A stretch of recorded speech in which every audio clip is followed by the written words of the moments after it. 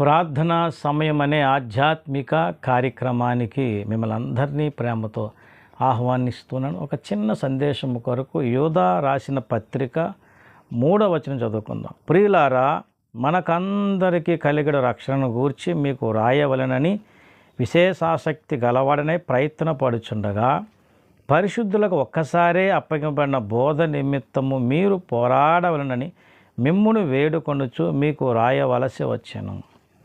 ప్రభునందు ప్రియ దేవుని బిడ్డలారా, చదివిన ఈ లేఖన భాగములో యూదా భక్తుని ద్వారా పరిశుద్ధాత్మ దేవుడు మనకు తెలియజేస్తున్న ఒక విషయం ఎంతో స్పష్టంగా తెలియజేస్తున్నాడు. ఏంటంటే, బోధ నిమిత్తము మీరు పోరాడవలెనని. ఎందుకు ఈ మాట ఇలా రాయబడి ఉందంటే, జాగ్రత్తగా ఆలోచన చేస్తే సువార్త ప్రకటించుటలో చూపే ఆసక్తి సంఘములో ఉన్నటువంటి దుర్బోధను పెకలించుటలో చూపలేకపోతున్నాం. సంఘములోనికి నానా విధములైనటువంటి భిన్నాభిప్రాయములు వచ్చేసాయి. చూడండి, మీరు పేతురు భక్తుడు ఈ మాట చెప్పడం మనం చూద్దాం. 2వ పత్రిక 2వ అధ్యాయం 1వ వచనం చూడండి.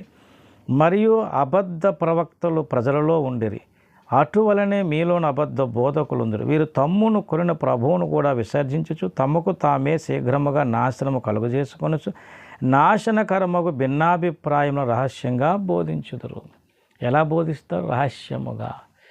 దీనిని బట్టి మరి కడవరి దినములలో ఎలాంటి పరిస్థితి ఉంటుంది సంఘములో అనే విషయాన్ని పౌలు భక్తుడు తిమోతికి తెలియజేస్తున్నాడు. చూడండి, అంటే కడవరి దినాలు ఎలా ఉంటుంది. మొదటి పత్రిక 4:1.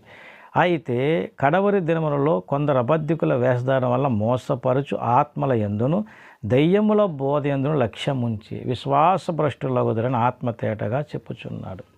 ఏమవుతారట వీళ్ళు? విశ్వాసభ్రష్టులు. దేవుని బిడ్డలారా, జాగ్రత్తగా గమనించినట్లయితే సంఘములోనికి ప్రవేశించినటువంటి అబద్ధ బోధలు, అలాగే ఇక దెయ్యముల బోధ అన్నాడు. వీటిని సంఘములో నుంచి తొలగించి ఆదిమ సంఘము ఏ బోధలు అయితే అనగా అపోస్తలుల బోధ ఏదైతే ఆనాడు వారు నమ్మి ప్రకటించి ముందుకు సాగారో, ఏ బోధలో వారు పెంచబడ్డారో అదే బోధలోనికి ఇప్పుడున్న సంఘం రావాలి. అలాగే మరొక విషయం ఏంటంటే, అపోస్తలుల కార్యాలు 3:21 ప్రకారముగా ఈ కార్యం జరుగుట కొరకు కూడా మనం పోరాడాలి. 3:21 ఏమన్నాడు?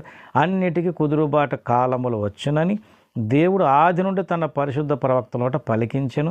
అంతవరకు యేసు పరలోక నివాసినుట ఆవశ్యకము. అంటే యేసు 2వ రాకడ కొరకు మనం ఎదురు చూస్తున్నాం. యేసు 2వ రాకడ కొరకు సంఘం సిద్ధపడుతుంది. మరి ఎలా సిద్ధపడాలి అంటే, అన్నిటికీ కుదురుబాటు కాలములు. అంటే సంఘంలో ఉన్నటువంటి సిద్ధాంత గందరగోళం తొలగిపోయి ఏక సిద్ధాంతంలోనికి అందరు రావాలి. ఈ కార్యము జరిగితేనే రాకడకు సంఘం సిద్ధపడగలుగుతుంది. మరి సంఘం సత్యులు పరిశ్రమపడకుండా ఎలా సిద్ధపడగలదు? కనుక సువార్త ప్రకటించడం ఎంత ఆసక్తి చూపుతున్నామో, అలాగే సంఘంలో ఉన్నటువంటి అసత్య బోధలు తొలగించడంలో అదే ఆసక్తి చూపాలని పరిశుద్ధాత్మ దేవుడు మనకిస్తున్న పిలుపు. బోధ నిమిత్తము పోరాడుడి.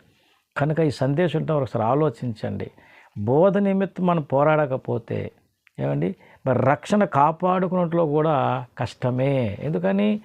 మరి కడవరి దినాలు ఎలా ఉంటారో అక్కడ చెప్పాడు, విశ్వాసభ్రష్టులు అవుదురని. ఎలాగంట? దెయ్యముల బోధ యందు అన్నాడు. వాటి మీద లక్ష్యం ఉంచుతారట. ఏది సత్యబోధ, ఏది అసత్య బోధ అనేది సంఘానికి తెలియాలి. అలా తెలియాలంటే ప్రతి ఒక్కరూ ఈ విషయమై మరి బోధ కొరకు పోరాడేటువంటి అనుభవానికి రావాలి.